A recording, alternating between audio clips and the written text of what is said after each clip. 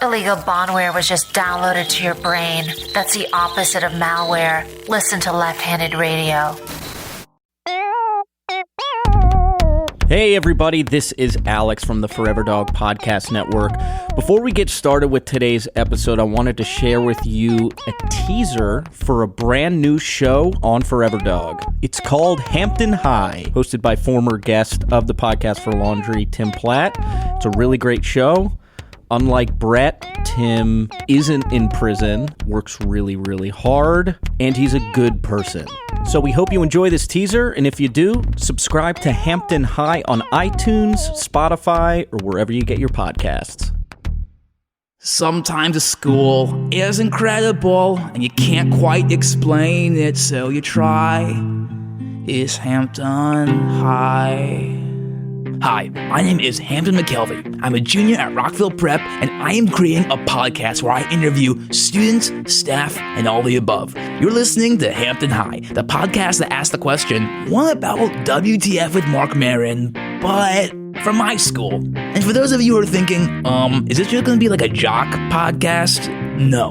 We're talking to theater kids, nerds, art kids, teachers, administrators, everyone who makes this community the most amazing community in Maryland. A little bit about me. I'm a junior, I play lacrosse, but I'm actually pretty smart too. I play a little bit of guitar, which you might not expect, and I'm actually kind of a dork, like I love Harry Potter. So subscribe to Hampton High today on Apple Podcasts.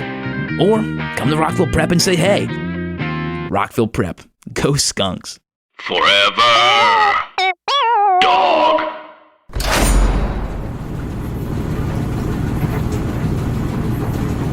Welcome to the Podcast for Laundry, the only laundry podcast that I know. The only podcast that's meant to be listened to while you're doing your laundry, and the only podcast I could say with certainty about laundry that is broadcasted from Rikers Island at the Robert N. Devoren Complex. We're actually part of the Benjamin Ward Visit Center right now, and I am here with a very special guest, comedian, writer, bon vivant, America's sweetheart, Jeffrey Gurian. How are you? I'm okay.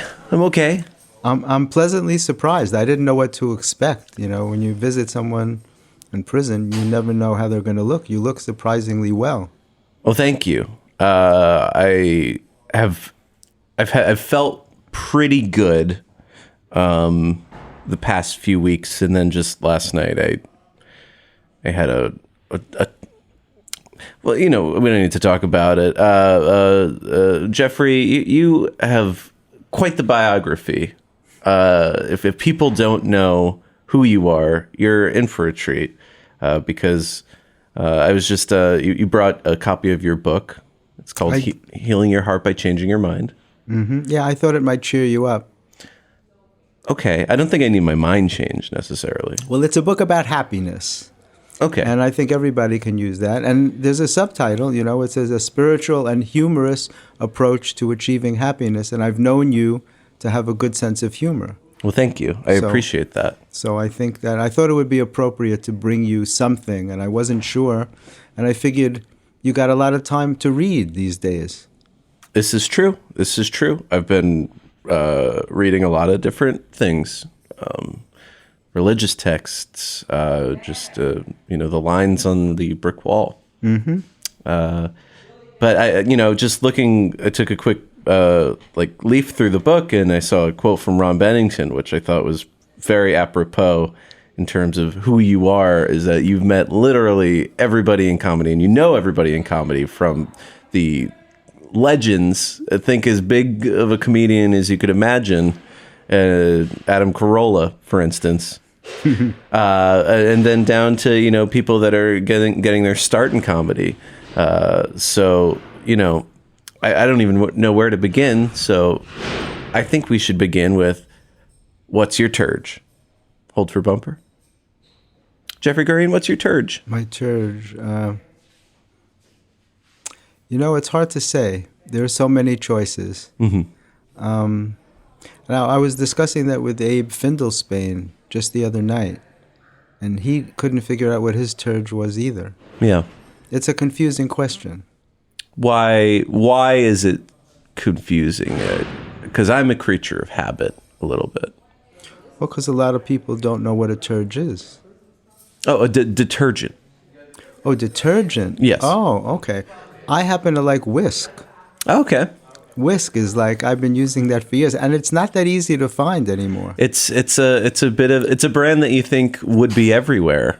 You would think so. And there was a time when it was everywhere. Mm-hmm. And then it's been like replaced by like similar looking bottles. It's so funny that I am blanking on the names, but I just bought this like, it's like a green thing, for the environment. Oh yeah, is it maybe like a nature's seventh generation? Seventh generation, Yeah. Mm-hmm. Yeah. I've been using that as well because everybody want to help the environment, But I've been attracted to laundry rooms since I was a kid, so I get your whole thing. I used to just love to go in there and just breathe deep and just smell the soap smell, and it was it was amazing. Oh my to goodness, me. Amazing! As a kid, we actually hung out in a laundry room. Me too. Did you really? Yeah. Yeah. That was a hangout for us as teenagers in the Bronx, where I grew up. There was a street called 170th Street, and all the kids would hang out. And there was a laundromat there, and that's where we hung out. And I just always loved that smell. It was great. It's the corridor of dreams, is what I call it on the show, and in life. What about What was it? Was it just the smell, or was it kind of that anyone? It's a place for everyone. Maybe it's open late. What was it about? It's open late, but it was like a place of freedom. It represented. I mean, we were the young kids hanging out, and so that was one of the first places that we could hang out and gather together. Yeah. And there was something about the sound of the machines going, and just that, like a feeling of cleanliness. Mm-hmm. I'm about hygiene. I like Yeah. I'm very into cleanliness and hygiene and soap, and just the fresh smell. You're a very dapper and neat person. Is I think the thing that is probably most noticeable about you. Thank you. Even with headphones? Yeah, even with headphones, yeah. I very rarely wear headphones. This is just because of your show. And I'm amazed that you were able to pull this off, that you got to do the show. This was a plea via my lawyer, Jacob Wilson, who kind of helped set this thing up. I thought continuing to do this podcast was maybe more important than, whatever prison's for. Well, I think it's great that you were able to arrange that. Have you checked out the laundry room in the prison? Oh, have I checked it out? I am there every day, long hours, doing pounds and pounds of laundry. Actually, as you see on the table, I've got the 45-pound bucket of Bob Barker powdered laundry detergent. It is confusing. Bob Barker is a sort of detention supplier company. Mm-hmm. So they just kind of, mass produce stuff like this. This is their laundry detergent. It has nothing to do with the Price is Right host. And, usually I would have a bottle of Tide on the table. So we'll pretend that this is Tide because, I'm a Tide guy. And if at any point you want to turn the tide of the conversation, all you need to do is make it so that this kind of nondescript white bucket now has the logo facing away from you, and we will turn the tide of the conversation. Fascinating. And what about that trend recently about kids eating Tide Pods? Yeah. How bizarre. I'd like to think I started that.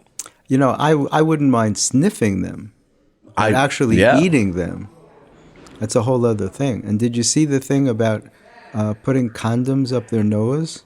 No. Yeah, it's a thing. That's disgusting. It's a thing. They put the condom up their nose and pull it out their throat. You'd think it sounds like I would be making that up, and I would have no reason to do that. If you look on the internet, you'll see that there are kids actually doing that, and you can die from that. It started as a dare, and kids are doing it. They're snorting these really thin condoms up their nose, pulling it out their throat. I don't get it.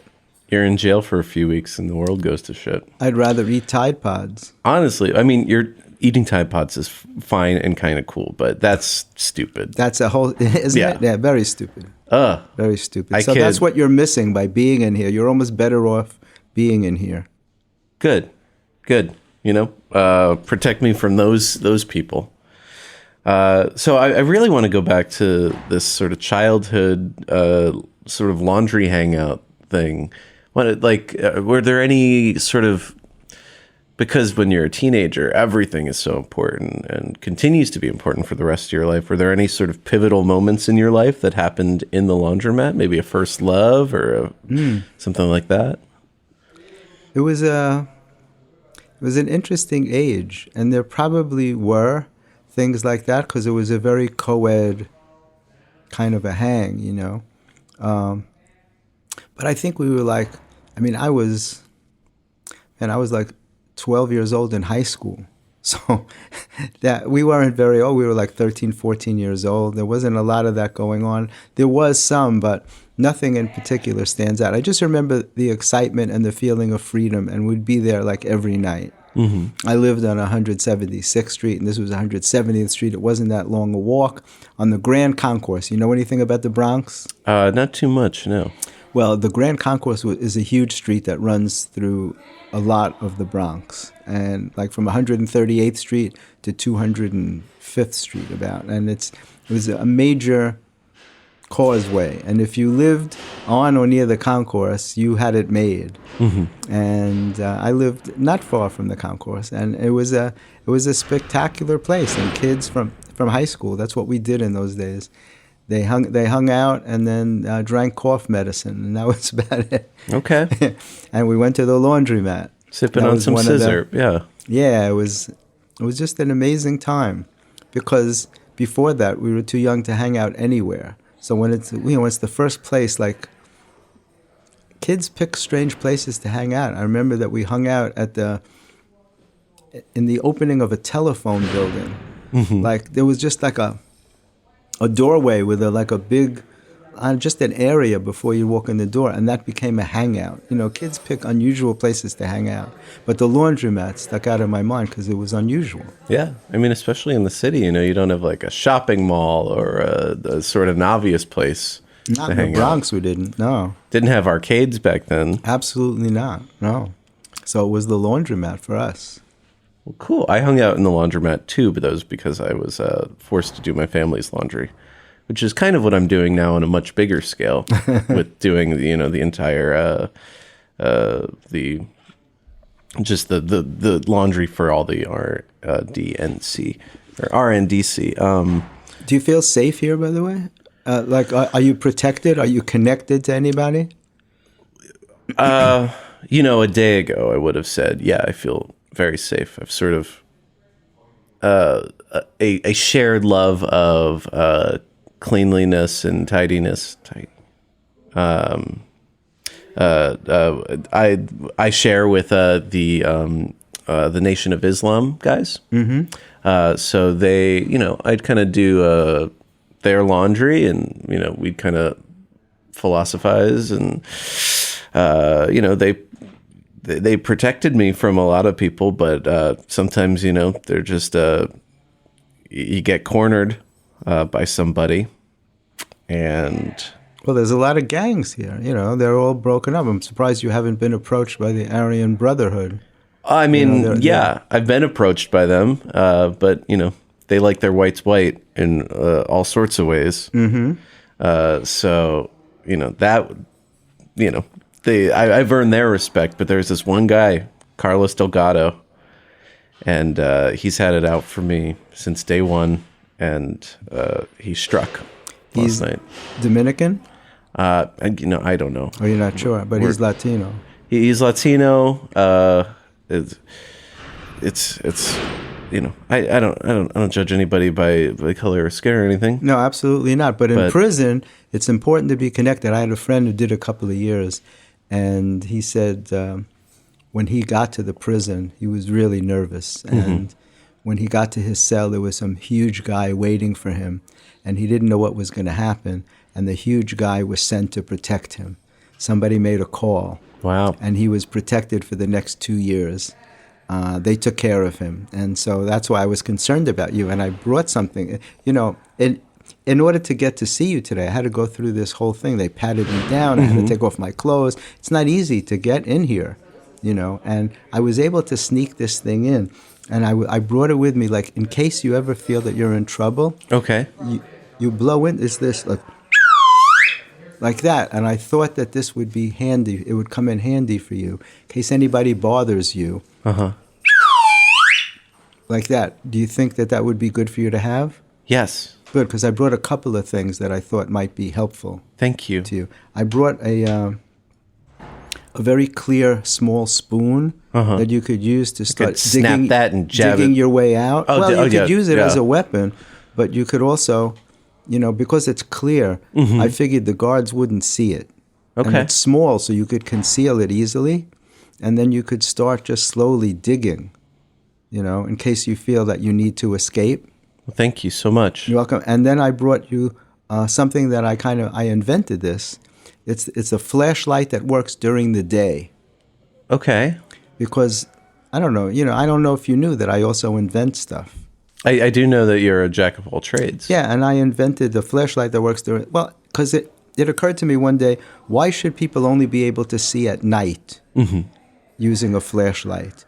It's not fair. They should be able to do the same thing during the day. So I brought you this, which for some reason, it's not working as well as it was before. But anyway, you'll be able to use it. I'll fix it before I leave. So Okay. You'll be able to use it in case you decide to break out. I couldn't believe that I got this through. The guards patted me down, and I had to keep shifting. And I got all this through. Wow. So I hope you'll be able to use it. I will. I mean, the slide whistle will definitely come in handy. I think so. Because you never know when you need a slide whistle. Yeah. Well, I did last night. I'll say that much. It was a rough night. It was a rough night. You want to talk about it? Let's talk about Woody Allen. Woody Allen was my idol and my inspiration. Yeah. You met him at a very fortuitous moment in your life? I did, yeah. I was still... there's this tremendous rumor going around for many years that I used to be a dentist. Did you know that? I've definitely heard the rumor. Yeah, well, you know when that rumor started? The day I graduated from dental school. Okay. And it never stopped. The whole time I was writing in comedy, and I was so into Woody Allen, and I was writing a lot of stuff. I started writing comedy when I was 12 years old as a kid, and people would always say, it sounds just like Woody Allen stuff, and he was a great inspiration to me. So I made up my mind that I was going to meet him. And when I make up my mind to do something, nothing stands in my way. And there were only 3 people that I ever wanted to meet: Woody Allen, Salvador Dali, and the Beach Boys. Okay. And I met them all. Wow. So when I set out to meet Woody Allen, I was in dental school, and he was on Broadway at the time in a play called Play It Again, Sam, with Tony Roberts. He always worked with Tony Roberts. And I've definitely seen the movie version. This was the play that it was previous to the movie. And so I would drive into New York. I went to school in Philadelphia, and I went to the theater, and I would drop off little cards from my dental school cards, like appointment cards, and on the back I would write notes to Woody as if we were friends. And I'd say, Woody, it's Jeffrey. I haven't seen you in a long time, and I'll be coming to the show, and I can't wait to see you again. And then I started writing strange things, like I'm bringing my cardboard thumb. I thought I would have to impress him with unusual thoughts, because his references were so out there, And I was doing this over a period of time, I guess, until I could save up money, because I was a kid. I didn't have any money for tickets, And I knew inherently that you had to impress someone with your sanity, because most men are not going to the theater hoping to meet other young men. It's not a goal of theirs. So I said, well, might disagree. You have to slightly disagree. It could happen. It could happen these days more than then. But this was my thought process in those days. I was a kid, right? So I said, well, how do you impress someone that you're sane? Well, there's only 2 ways. You either wear a tie or you bring a pretty girl with you. And I didn't have a tie, and I only knew one pretty girl, and she hated me. We had just broken up, and she wanted nothing to do with me, but she knew that I was so crazy about Woody Allen. So I begged her to come with me. I said, we're going to meet Woody Allen. You got to come with me. Please just do this for me. And she agreed to do it. So the night of the play, I get the tickets, and we show up at the theater, and I drop off my last card. Woody, I'm here, and it's Jeffrey, and I'll come back during intermission. I knew so little. I didn't even know to wait till the end of the show. I go during intermission. Intermission comes, and I'm in a panic. And she goes, you have to do, you can't back out. You have to do this. I came with you. So we go to the stage door, and again, there was no terrorism, there's no security. I walk in, the stage manager is not even there. I grab her hand, we run up the stairs, and I'm on the roof. I went the wrong way. So I come back down, and the stage manager is there now, and he says, can I help you? And I say, Woody's expecting me. And he says, go right in. No problem. That doesn't even ask who. Yeah. Go right in. So I go to Woody's dressing room, and it's empty. He's in Tony Roberts' dressing room with the entire cast. I go up to the door, and I'm in a panic now. I'm really nervous, and she's encouraging me. She goes, you can't back out. You came this far. You have to do it. Mm-hmm. I go up to the door, and I peek in, and he's sitting on a couch across the room. I remember it like it was yesterday. And I crook my finger like you call over a little kid, and I go like this. And he goes, me? And I'm like, yes, you. And he comes over, and he's holding my card. And he says to me, you must be Jeff. And I was so excited. I totally lost it. Like, you're meeting your idol, you're a kid. And I started saying very strange things to him, like, let's open up a day camp and throw winter clothes at people. And let's walk low like we used to in Europe. And he looks at the girl I'm with, he goes, this guy's a fucking nut. Just like that. And I realized I was too excited, I was overexcited. So I calmed down, and I said to him, listen, I write stuff, and everyone says that I write like you, and I'm expecting he's going to say, like, let's do movies together, and and he's like, listen, I'm right in the middle of a show. He goes, do you think you could come back tomorrow night? And I said, no, I'm sorry, I'm much too busy. No, I didn't say that. I said, of course I'll come back tomorrow night. So he said, but come back after the show, not during intermission. I said, great. So I begged the same girl to come with me. It's pouring rain. She agrees. I had to drive to Co-op City to get her because I had no confidence. I didn't think I could show up by myself, right? Mm-hmm. It was always about having somebody with me there, right? So I bring her again, and I go to see him at the end of the show, and he sits with me in this little room, and I was much more calm. I said to him, the Aztecs weren't too good at tap dancing, but boy, could they sway. And I was much calmer that night because I wanted to bring back swaying. That was like a thing for me. I was trying to encourage him to get into the whole swaying thing because in the history of this country, back in the 40s, people would sway, usually when they heard the national anthem. Okay. Strangers would just kind of link arms, and they would just sway back and forth. And to me, that was very appealing. And I'm like, why don't people do that anymore? So I wanted to start like a swaying group. And I thought maybe he would be behind that. I don't think he was. He read all of my stuff, and I didn't even have scripts. I had it on little scraps of paper in an envelope, as I recall. And he read them all. And he said to me, Jeffrey, this is really very visual stuff. You should really think of making films. He didn't say he would make them with me. Yeah. He just said you should think of making films. And I took that experience, and years later, and I got friendly with Jack Rowlands, who was his manager, and Charlie Jaffe. And years later, they said to me, that's such a rare story that he treated you that way because it wasn't really something that he would ordinarily do. And he said he must have really seen something in you. And I took those ideas, and I wound up making them into the Men Who series, which wound up in the Toyota Comedy Festival. It was a series like men who do very unusual things, like men who take a pitchfork to the movies, men who enjoy Latin dancing with tools.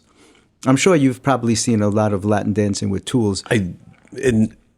No. In your day. Well, I had a guy who did the tango with a wrench. That was unbelievable. Unbelievable. He did the merengue with a buzzsaw. And he did, I don't remember what dance. the lambada, I don't even think was around then. He did salsa dancing with an extension ladder. He was amazing. All of these sound like thinly veiled mafia threats. They could be. Okay. They could be. Peter Dinklage was actually in those films. Okay. You know Peter Dinklage, who went on to become a tremendous star in Game of Thrones now. But in those days, I had him in Men Who Dance Where They're Not Supposed to. Hey, Forever Dog listeners, it's Jonathan Braylock, Gerard Milligan, and James III from Black Men Can't Jump in Hollywood. This year, we have seen what staying silent can do. And right now, you have an unprecedented opportunity to speak up, cast your vote, and be heard. It's never too early to register to vote, but it might be too late before you know it. We want to help make it easy for you to register and have a plan for November 3rd or before if early voting is an option in your state so that your country can finally reflect your values. Yes, go to foreverdogpodcast.com/vote to register. Check on your registration often. You should do it like every day to make sure and learn how to fill out your ballot. I don't know about every day, but listen. Every day. All right, still register. Good. Am I good? All right. Gotta make sure people care. All right, each state is different, so make sure you're following local rules and regulations. And remember, your voice, your vote. That's foreverdogpodcast.com/vote. Take care of yourselves and take care of each other. Yeah, but y'all better vote. All right, go vote. It's Jonathan Braylock, James III, and Gerard Milligan from Black Men Can't Jump in Hollywood. On our podcast, we rate, review, and analyze films in the context of race. Discussing Hollywood's diversity and representation issues. And talk to experts in the field. Experts like ourselves because we're working actors and writers, so we know what we're talking about. Except James. We vary it up between huge blockbuster hits and beloved cult classics such as Higher Learning, Independence Day, Loose, Sorry to Bother You, Blade, Parasite, Blind Spotting, Hustlers, and Cats. Yes, y'all, we reviewed Cats. And don't forget Hancock, which may or may not be a good movie. It's not a good movie. So please check out and subscribe to Black Men Can't Jump in Hollywood. Only on the Forever Dog Podcast Network. And we'll all try to figure out if Hancock is a good movie or not. Together. New episodes every Monday. The following phrase will be stuck in your head until you listen to Left-Handed Radio. That phrase is Left-handed radio. duh. Okay. You know, there are certain areas of the city where you're not allowed to dance. And there were signs that, you know, the like parking signs say like no parking Tuesday and Thursday, whatever. My artist made an exact replica. It said no dancing Tuesday and Thursday from 9 to 12 or any other time. And Peter Dinklage was dancing with this 500-pound guy, and they get arrested for dancing in a no dancing zone. And it was amazing. So that was all thanks to Woody Allen. And that's a very long story, but that was my early experience with Woody Allen. No, that's incredible. And that was the sort of inciting incident in your career, perhaps. Well, it really inspired me. If he had said to me, "You have no talent as a writer, forget it," I don't know if he would say something like that. But just the fact that he was nice enough to invite me back the second night, he could have just shrugged off the whole thing and said, "This is cute. You know, it's very nice to meet you," whatever. But he actually invited me to come back and see him. And it was a night I'll never forget. We sat in this little dressing room, and he sat with his light and just read all my stuff. I couldn't believe it. It was an amazing, amazing experience. And then I saw him periodically throughout the years.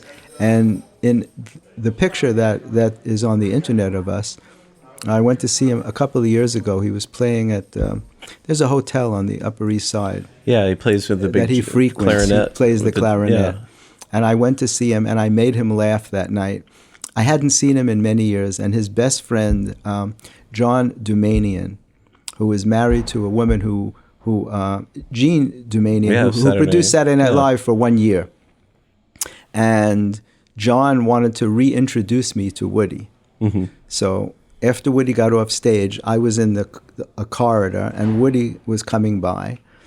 And he started to introduce me, but it was very slow. So I said, "Hi, Woody," and I was about to say, "I'm a very good friend of Jack Rollins," but at the last second, I said to him, "Hi, Woody, I'm a very close friend of yours," and he actually laughed. He goes, "Really? How long do we know each other?" I'm like, "Decades, man. We're very close friends." And he just laughed. But when we took the picture, he stopped laughing, and he was very serious for those photos. But nobody else got to see him that night because they were leading him out to the car. And I was able to see him because of John, you know. So it was a wild night. Did he remember your previous? Well, he said he did, but he might have just been being polite. You know, it was so many years before. There was another night at Elaine's. You know, Elaine's was a very popular celebrity restaurant on 88th Street. It only went out of business a few years ago. Elaine Kaufman ran it for many years, and every big celebrity in the city would have dinner there. And I would go once in a while. And one night they sat me next to Woody, and just by coincidence, we were both in Cindy Adams' column that very day in the New York Post. I don't remember what it was about. They wrote it, you know, he was in the paper all the time, and they wrote something about me, about what I did. And I was very nervous to talk to him because you don't want to interrupt anybody's dinner. It's like rude to just go over to somebody's table when they're eating, you know. But I said something to him at the end, and I told him we're both in Cindy Adams' column, and he said, what, you know, what is it? And at the time I remembered, and I told him, and we had a little laugh, and that was it, you know. So I would see him every decade, like we would just run into each other like that, and he was just always my inspiration. Have you ever seen his stand-up? I have, yes. There was nothing like it. Yeah. It was unbelievable. When he did stand-up on the Ed Sullivan Show, the funniest guy ever. There was nobody like him in those days, you know? And there hasn't really been anybody since who does that type of humor. Yeah. Mitch Hedberg would do like unusual one-liners, you know? Stephen Wright would do unusual one-liners. But Woody had just, his concepts were amazing. You know, it's a testament, sort of a comedy hero was born because he met someone young and was nice to them. I have a bit of a mentor in Tom Sharpling, who is a radio host and podcaster now, and I had him on the first episode of this podcast, and he said this was a bad idea. But, you know, who's laughing now? Who's laughing now? Right, not Tom Sharpling. Nope, it's me. You got the last laugh. I am in prison, though. But you're making the best of it, and that's what counts. It's to take still a negative successful and turn it into a podcast. positive. Yes. Of course, those are the things that count. Now, I mentioned that in my book. Taking a negative and turning it into a positive. It's all about thought. It's the way you think about something, how you process it. How would you? That's what counts. Turn this negative of being in prison into a positive, or am I doing it already? I think you're doing it already, and it's a chance to be alone with your thoughts and make plans. You know, did they tell you how long you're going to be in for? It's roughly a year. I heard anywhere from a year, possibly 8 months with good behavior. Well, when my friend got out of prison, he was in great shape. He used that time to work out and to eat well and to really work on his mind. So this will give you an opportunity to plan, to you know, you're doing your podcast, which is great. You know, I mean, very few guys get a chance to do that in prison, so they must see something in you. Yeah. And, you know, I think it'll give you a chance to create. You know, how's your cellmate? I have a cell to myself. Oh, thankfully. So you're in solitary. It's not solitary. Solitary is a bit of a different vibe. I just don't have a cellmate at the time. I think that could change any day they get a new inmate. I think it's just a sort of by chance happening. Well, the way you process that, you know, I once got stuck in the elevator for 20 minutes, and it was on a Saturday, and I live in a tall building, and I had always been nervous about getting stuck in an elevator, and sometimes you manifest your worst fears. They happen. So I got stuck in the elevator, and I sat down on the floor, and I said, just try to stay calm. And about 20 minutes later, the elevator started, and I said to the doorman, what did you do? How'd you get it started? He goes, I didn't do anything. It just started up by itself. And I realized that I wasn't being punished. I had been kept from getting to the street for 20 minutes because maybe something would have happened to me, and I was being protected. So you're in here for 8 months or so. There's a reason for it. You'll use it to your best advantage. You know, you'll rest, you'll work out, you'll create. Can I talk about Carlos Delgado for a moment? Absolutely. My worst fear growing up, I think in 1999, there was a Stuart Little film that came out. There's a scene in the movie where Stuart gets trapped in this washing machine because he's a small mouse, but with the mind of a boy. And he's tossed around and he nearly drowns as the washer fills up. And thankfully, his mother, played by Gina Davis, rescues him. I've since learned, as a kid, I couldn't really get through the scene. And that was always my biggest fear. And, with prison, I'm doing, pounds and pounds of laundry all day. We have this very industrial washer.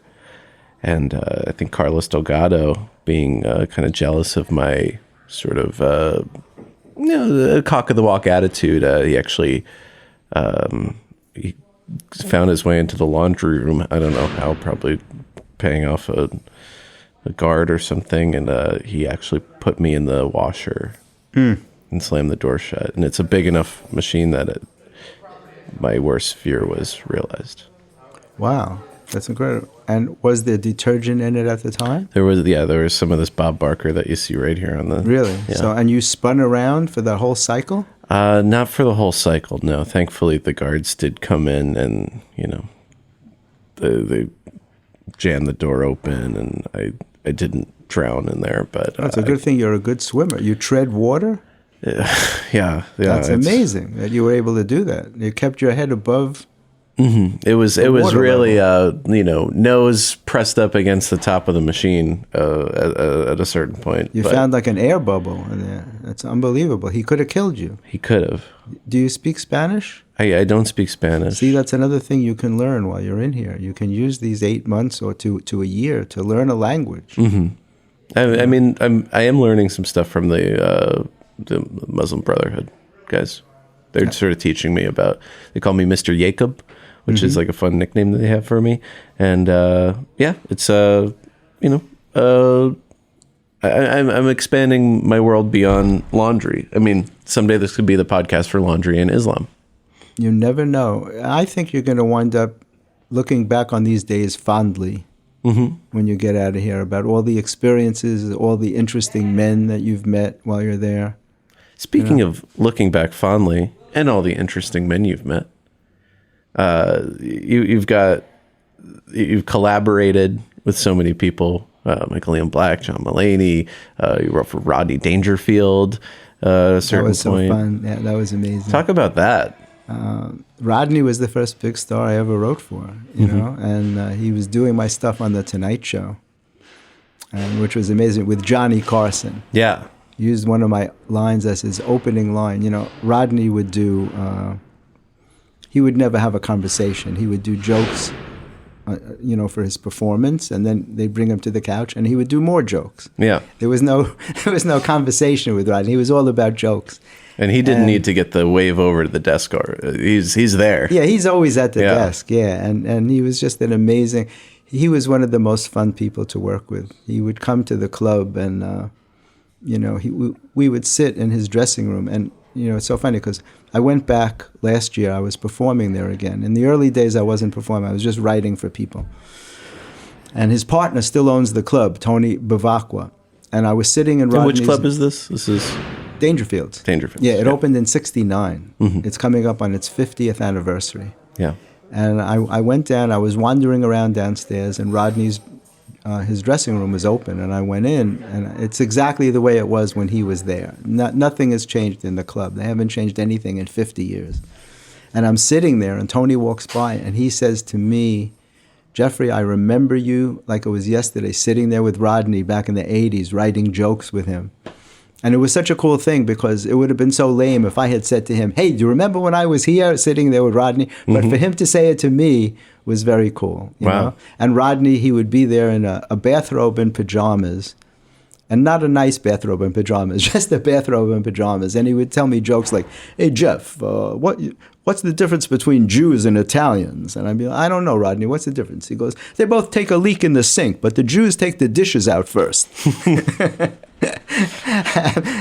and we would talk about who's hip, like, because he was a very hip guy. He and his best friend Joe Ansis, they were aluminum siding salesmen before they went into comedy. Well, Joe Ansis was supposedly the funniest man that never went on stage. and Rodney would. Well, I got distracted and I forgot what I was going to say. Sorry. Yeah, there was a bit of that's okay. a guard dragging out a. That's okay, but it's so funny that I can't remember what I was going to say about Rodney. It'll come back to me. But you mentioned John Mulaney and Nick Kroll, and that to me was very special. Then I hold the honor of being the first guy to be pranked with too much tuna. Did this you know is that? true. Yes, The on very Kroll Show. The very first guy to be pranked with too much tuna. And Was that even Kroll Show, or was that? Yeah, it was Kroll Show. Okay. And then I did it on Broadway. Well, I did it in Montreal with them at Just for Laughs. They had me present the tuna sandwich to Judd Apatow, who I know that you know, the king of Hollywood and television now, And they made me this jacket, this amazing jacket. Are you familiar with the Guardian Angels? Yeah. Curtis Lewa yeah. and the Guardian Angels, right? They mentioned him in the Oh Hello show. And they make me a jacket, an exact replica of the Guardian Angels, but mine says Gurian Angels, right? It's amazing. It looks just like it, and they got 2 models to a Gurian Angels T-shirts, and they had me open the press conference that they had for Oh Hello, not knowing that Curtis Lewa is a very dear friend of mine for like many, many years. So one night at the Oh Hello show, I brought Curtis as my guest, as a surprise to them. And I brought them back. I brought him backstage, and he wore his Guardian Angels jacket, and I wore my Gurian Angels jacket. and they didn't make me wear the beret in deference to my hair. You do have, for those that haven't seen you, you have quite the coif. Well, it's part of my brand, and so it was so funny. They just said, "Hold the beret in a threatening manner," because they made me the head of security for the show. And we filmed this really cool Facebook Live thing. I think it's on my YouTube channel. Outside the dressing room in Montreal at the Just for Laughs Festival, the biggest comedy festival in the world. Yeah. So Nick and John were doing the Oh Hello show up there for the comedy industry and for all the people who came to the festival. And they had me, they said, Gurian, bring your jacket with you. So I brought the jacket, and then at some point, Judd was the guest who was going to be pranked with too much tuna. And they had me present it. So like, Jeffrey, are you ready? And I'm like, yeah, I'm ready. And I brought out the big tuna sandwich, and it was hilarious. Is that real tuna? Yeah, it's real tuna. Okay. Yeah, and they had tons of it backstage there.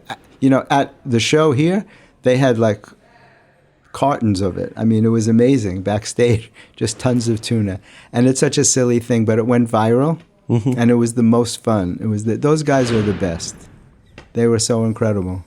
You've met everybody from, Chris Rock to Seinfeld to... Chris Rock wrote the introduction to my last book, Laughing Legends, about the history of the comic strip. Yeah. Do you, being kind of omnipresent and so tenured in your comedy career, do you see a future star? Do you recognize it? Do you see like John Mulaney will, is well respected now, but do you think like in 30 years he'll be one of the people that everyone, Yeah, he's the next Letterman, man. I mean he could rule late night. He's so talented. Jimmy Fallon to me is amazing. He is. First of all, he's the nicest guy and the most talented late-night host that I think there ever was. In the interview that I did with him, I have this Comedy Matters TV YouTube channel. Yes. And I have over 500 interviews with everybody. And it was really fun because we were supposed to do it on a Friday night, and he was at Gotham Comedy Club. And I brought my equipment, and I brought a DP with me.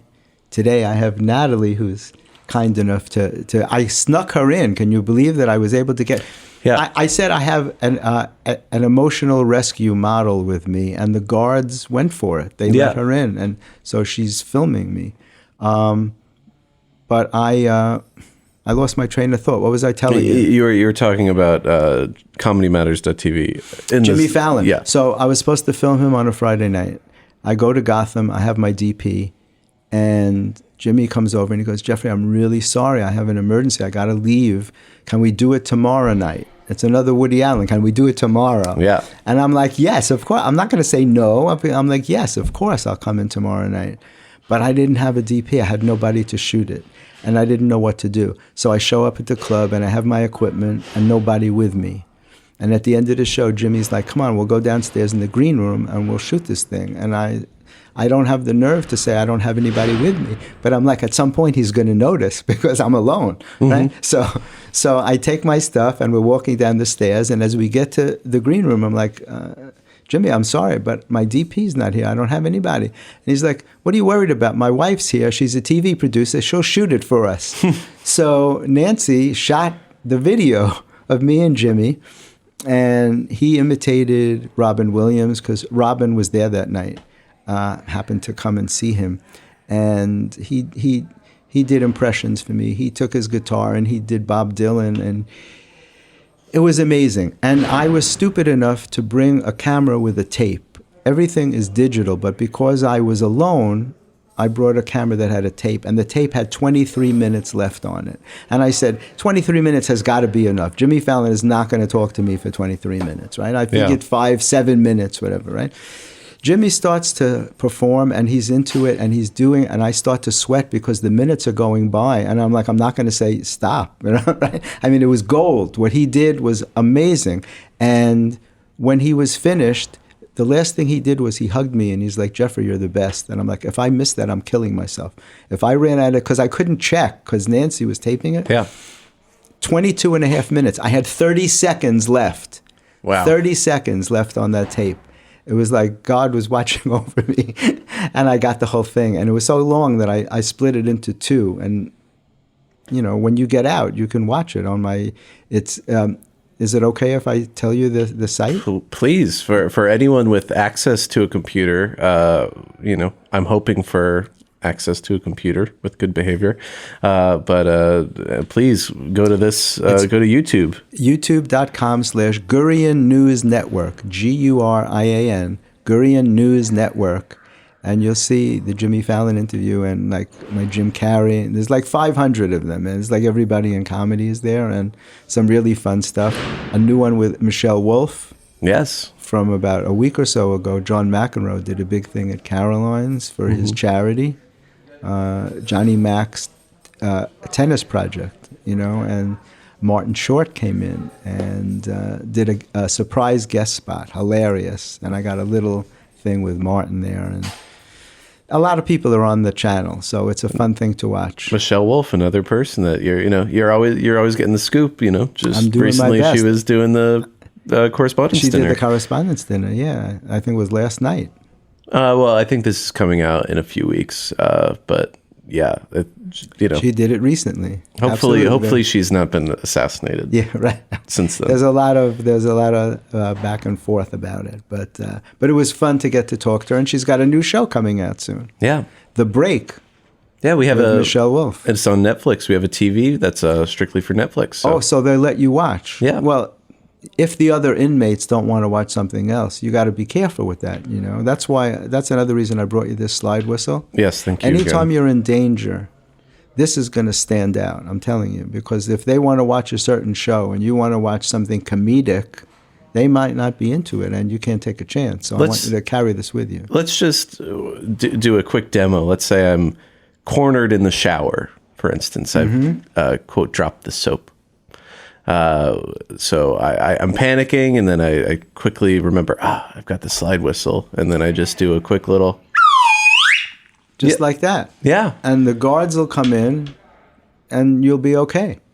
Well, that's great. That's the power of a slide whistle. That's why I thought to bring that with me. Jeffrey, I'm feeling a little bit like you felt with Jimmy Fallon. We're running out of time. We try to time these up to the length of a wash. Do you have any great laundry stories we can end on? Great laundry stories. You've got to have a dozen. I lost a sock once. Is that anything that people would want to hear about? Yes. I found it again afterwards. You know, inside the washing machine, there's this little rubber panel that a lot of people don't know about. And you can think that you lost something, which is exactly what happened to me. And it was inside that rubber panel.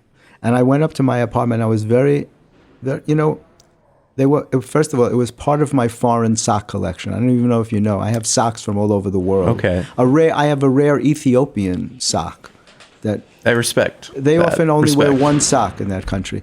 But I had this was a pair. I think it was from Bulgaria, and I had lost one of the socks. And I went up to my apartment. I was very upset about it. And then I thought to myself, it can't just be gone. It has to be there. Go back and look for it. And that's when I discovered that rubber panel. And then that sock was in there. You know, and that's a lesson to those that don't regularly clean their home, washer, dryer. Upkeep is important. And you'll know, you might discover some things once previously thought lost. Exactly. And I don't know if that's the most exciting story, but to me, it's exciting because when you have a foreign sock collection, first of all, I shouldn't have been just washing them in a regular washing machine anyway. I should have gone to a private laundromat. It's a very expensive sock collection. Some people might say that wasn't the best story you told in this, but it's the one I truly connected with the most. Well, that's a good one to end on then. Yeah. So if people want, you got this new book, Healing Your Heart by Changing Your Mind. Best-selling book. On Amazon. On Amazon. It hit bestseller status. #1 in medicine and psychology. And I got a lot of cool reviews from psychologists, psychiatrists, MDs, and Richard Lewis. If you want to hear more comedy stories, you got a book about the Comedy Store. I know about the comic strip. The comic strip called Laughing Legends, with interviews with Jerry Seinfeld, Ray Romano, every big star that came out of the comic strip. Susie Essman, Lisa Lampanelli, they're all in there. Everybody sat. Jim Gaffigan, on and on. There's about 40 of the stars that came out of there, and I sat with all of them. Billy Crystal's in there. He's the only one I went to L.A., to his office in Beverly Hills, and sat with him. And there's a picture of him in the book because he believed that rumor that I was a dentist, and he was pointing to his teeth in the picture. Oh, yeah. It was actually, in the early days when I first started, Jack Rowlands wanted to do a sitcom about me, about a dentist in show business, and he wanted Billy Crystal to play me, and that's how I first met him. Wow. And he remembered that all those years later. Interesting. When I came to his office. Yeah, it's a crazy story. It never happened, unfortunately, because he was doing a lot of other stuff at the time. Hey, there's still time. There's still time. Exactly. Yeah, there's always time. But there's no time on this podcast. Comedy Matters TV. ComedyMattersTV.com. That's my website. People can go there. I'll even give my email if they want to write, Jeffrey@JeffreyGurian.com. And on Twitter and Instagram, @Jeffrey Gurian, Gurian. And there's one thing I wanted to bring up. You've got this article in the Interrobang blog. Mm-hmm. And I think you maybe misspoke that there's a rumor mill going around in LA, which you don't like to go there that much. It's the shady people that I killed somebody. So. Look, I had to write. There's talk going around. I'm in the clubs every night, and that's my thing. I cover the comedy scene for the Interrobang, and this is what was told to me. And I checked it out through many sources, and I didn't want to bring it up to you. Who are the sources? Well, name names. As a journalist, you can't do that. Name names. You can't, because no one will ever speak to me again if I do that. I'll tell you off the air. Okay. I'll give you a hint of who it is, but please do. They're well-informed sources, and because I didn't kill anybody. Well, so you say, and I hope you didn't. For your sake, I hope you didn't, because you wouldn't only been here for 8 months. Yeah, it would have been a longer sentence. Yeah, exactly. And I guess they don't think that you did either. Yeah. And I'm hoping, because I like you. I think that's why I came today. I don't just visit everybody who's in prison. Yes. I came to see you to give you support. I just when I get out, I don't want Woody Allen to come up to me and say, "Hey, we're both in Jeffrey's column. I heard you killed a guy." I don't want that experience. I will be happy to write a rebuttal. Yes. Once. Yes, honey. Yes. Once the truth comes out, I'll be happy to write that never happened. Well, the truth is out. The truth is out there. It just didn't happen. Well, I hope not, for your sake. Well, you don't have to hope not. It just didn't happen. I didn't kill anybody under a bridge. Well, under a bridge. See, those are facts that only the person who did it would know. And, I don't know what to say. It's kind of awkward. I just really came to see you and to give you some support and some positive energy, because that's my purpose. That's what I like to do. I just want to support, and so I just thought that maybe you could use a visitor, and I don't want to discuss those facts and all, I mean, yeah, the fact of the matter is I didn't kill anybody. Well, I hope not. Yeah. Thank you so much. And let's stay in touch. I'll come and see you again. Thank you. Wrap it up. Oh, okay. Yes, sir. I guess I got to go now. Yeah. So, all right. So I'm leaving these things with you. Keep them in a safe place so nobody sees them. Okay? I'll keister them. Yeah, that's a good idea. This slide rule has a little extra thing. You might have a hard time with it, but do your best. Yeah. Thank you. I appreciate it. Okay, you're very welcome. Forever Dog. This has been a Forever Dog production. Executive produced by Brett Boehm, Joe Cilio, and Alex Ramsey. For more original podcasts, please visit foreverdogpodcasts.com and subscribe to our shows on Apple Podcasts, Spotify, or wherever you get your podcasts. Keep up with the latest Forever Dog news by following us on Twitter and Instagram @ForeverDogTeam and liking our page on Facebook. Your mental firewall has just been breached by Left-Handed Radio.